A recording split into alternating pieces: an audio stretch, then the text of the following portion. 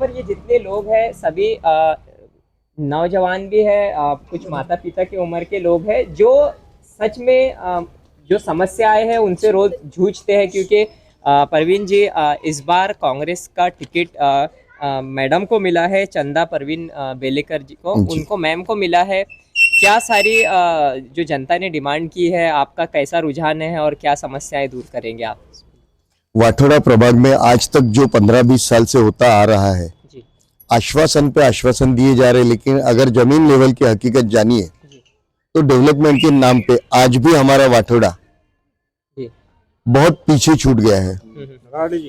और यहाँ की मेन समस्या जो है, सबसे बड़ी समस्या तो डंपिंग की है।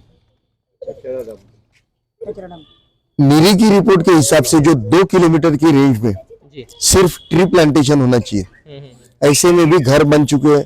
वहां के लोग जिस तरीके से जी रहे, बद से बदतर जिंदगी उनकी है।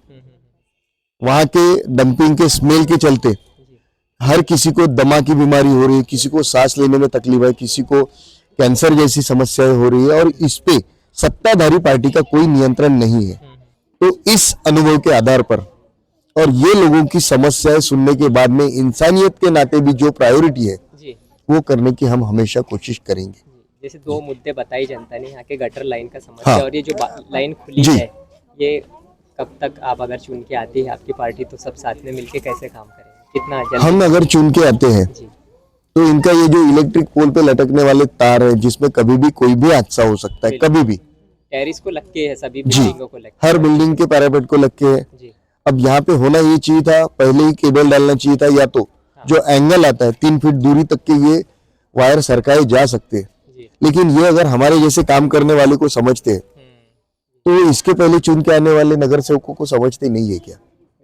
यहाँ हम आने वाले चुनाव में जीतने के बाद सिर्फ 3 महीने के अंदर, 3 महीने बहुत बड़ा पीरियड बोल रहा हूँ, सिर्फ 3 महीने के अंदर यहाँ केबल डाल के लोगों की ये प्रॉब्लम सॉल्व कर सकते हैं। क्योंकि परवीन जी बेलेकर, एक लड़की का जो बीच में एक्सीडेंट हुआ था, शायद आपने देखा, उसका लीड न्यूज हमने कवर किया था, तो वहां पर आपने आवाज उठाया था। एक दुकान, किराना दुकान के सामने एक इलेक्ट्रिक का पोल था, जब आपकी आवाज उठाई गई तो वो खंभा वहां से हटा दिया गया है वहां पर, मतलब बीच में रोड के ऊपर। यकीनन, क्योंकि यहाँ अगर देखा जाए तो ग्रामीण के काफी पदाधिकारी है बीजेपी के, अच्छे पोस्ट पे रहे हुए हैं, और इसी खरबी चौक से इनका आना जाना है, यहीं से डेली का आना जाना है।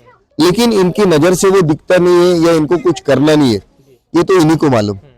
लेकिन एक जुझारू कार्यकर्ता होने के नाते, इंसानियत के नाते, और हर तबके को अपने घर का मेंबर समझने के नाते, मुझे ये लगता है कि जहां से मैं जा रहा हूँ, या जहां पे रहता हूँ, या जहां पे मैं कोई समस्या देखता हूँ, अगर वो समस्या मुझे दिख रही है, मुझे तकलीफ हो रही है, तो आम जनता को भी तकलीफ हो रही होगी।